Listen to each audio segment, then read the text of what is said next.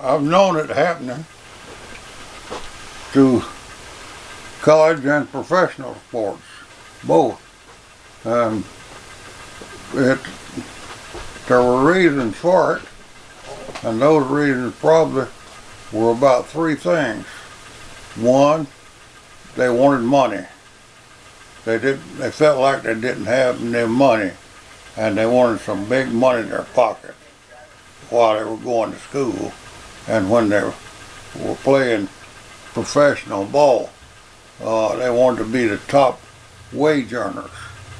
Now, number two reason probably was they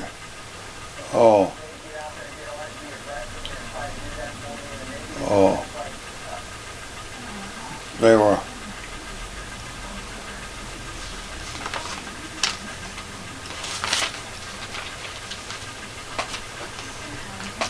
wanted to set new records that nobody could break.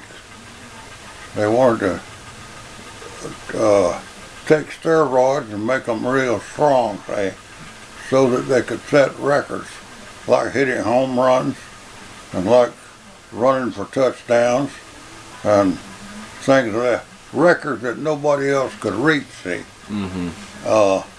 Which, of course, goes back to money, too, because the more home runs they hit, the more touchdowns they scored, the more money they could ask for, see. And a third reason was probably to prolong careers. They thought that those things that they were taking would prolong their life. Most careers in pro ball are over at about 40 years of age. But by taking those steroids and things, they felt like they would be able to go 5 more years, see, in their sport, like pitching and hitting and that type of anything. They wanted to add more strength and more ability to do things that were unnatural. It was a little bit like drinking liquor.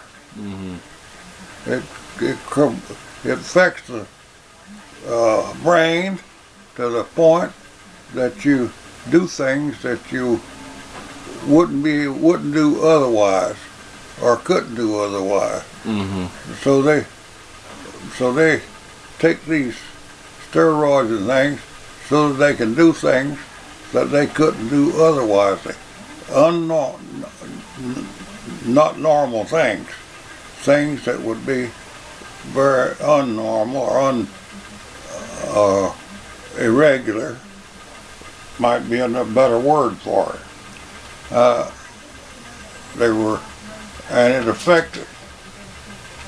In pro ball, it was particularly true in basketball and baseball. In basketball, it was a shaving points deal for the gamblers in the bigger cities, like Chicago and New York and Los Angeles and places like that. And they would shave points by making mistakes, by throwing the ball away at crucial times, so that they could either win or lose by a certain amount of points, see. And then the gamblers would win. They'd gamble on it, see. And then they'd win, and then they'd pay these boys, say, like $5,000 back in Depression time, which was a lot of money. Now, the other thing was, as I said, was to set new records. For instance, the record in baseball was 61 home runs a year. By taking their steroids, they added strength and they could hit more home runs.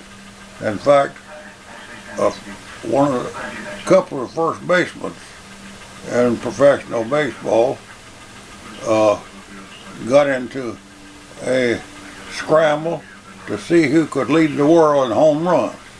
See, and the other thing was they felt that by stayed up there longer, they could add more to their records. Yeah. Just like college